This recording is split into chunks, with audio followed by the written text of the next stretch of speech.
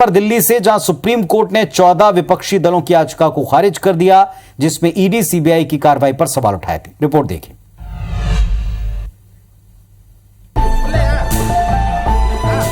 बुधवार का दिन 14 विपक्षी दलों के लिए बेहद निराशा लेकर आया। बुधवार को सुप्रीम कोर्ट ने विपक्षी दलों की याचिका खारिज कर दी।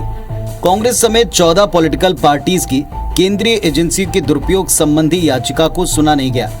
सीजेआई डीवाई चंद्रचूड़ ने कहा कि राजनेताओं को किसी तरह की इम्यूनिटी नहीं मिली, उनके लिए अलग प्रक्रिया कैसे हो सकती है। अदालत ने याचिकाकर्ताओं से कहा कि आपने जो आंकड़े रखे वो केवल राजनेताओं से जुड़े हैं, आपका उद्देश्य सिलेक्टिव टारगेटिंग है।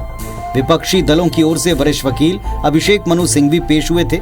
याचिका दायर करने वालों में कांग्रेस, तृणमूल कांग्रेस, आम आदमी पार्टी, राष्ट्रवादी कांग्रेस पार्टी, शिवसेना, यूबीटी और दूसरे दल शामिल थे। इन सबका आरोप था कि भारतीय जनता पार्टी की अगुवाई वाली केंद्र सरकार जांच एजेंसियों का दुरुपयोग कर रही है। याचिका में केंद्रीय जांच एजेंसी सीबीआई और ईडी की हालिया छापेमारी का जिक्र भी किया गया था।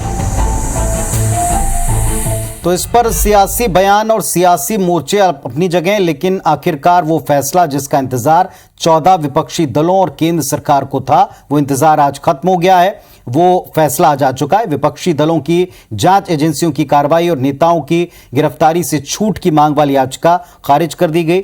इस फैसले के मायने क्या है, इसको समझना पड़ेगा। डिकोड करते हैं।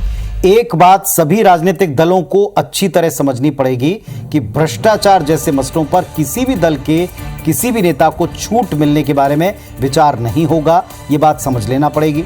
कानून सबके लिए बराबर होता है, कम से कम बार बार कोर्ट तो जताता है। अगर किसी ने कुछ गलत नहीं किया तो उसे डरने की जरूरत नहीं होनी चाहिए। विपक्षी दलों की याचिका खारिज हो चुकी है।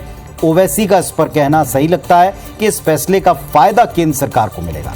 बीजेपी अब प्रचार कर सकती है कि सुप्रीम कोर्ट ने जांच एजेंसियों की कार्रवाई को जायज बताया, यानी जांच एजेंसियां निष्पक्ष तरीके से जांच कर रही हैं। और विपक्ष जो अब तक आरोप लगा रहा था कि जांच एजेंसियां दबाव में हैं, एक तरफा कार्रवाई कर रही हैं, इस आरोप में कोई दम नहीं बचेगा। ये तर्क दिए जाएंगे। वैसे एक बात सही है कि अक्सर जांच एजेंसियों पर सरकार के दबाव में आकर काम करने के आरोप पहले भी लगे हैं और अब भी लग रहे हैं।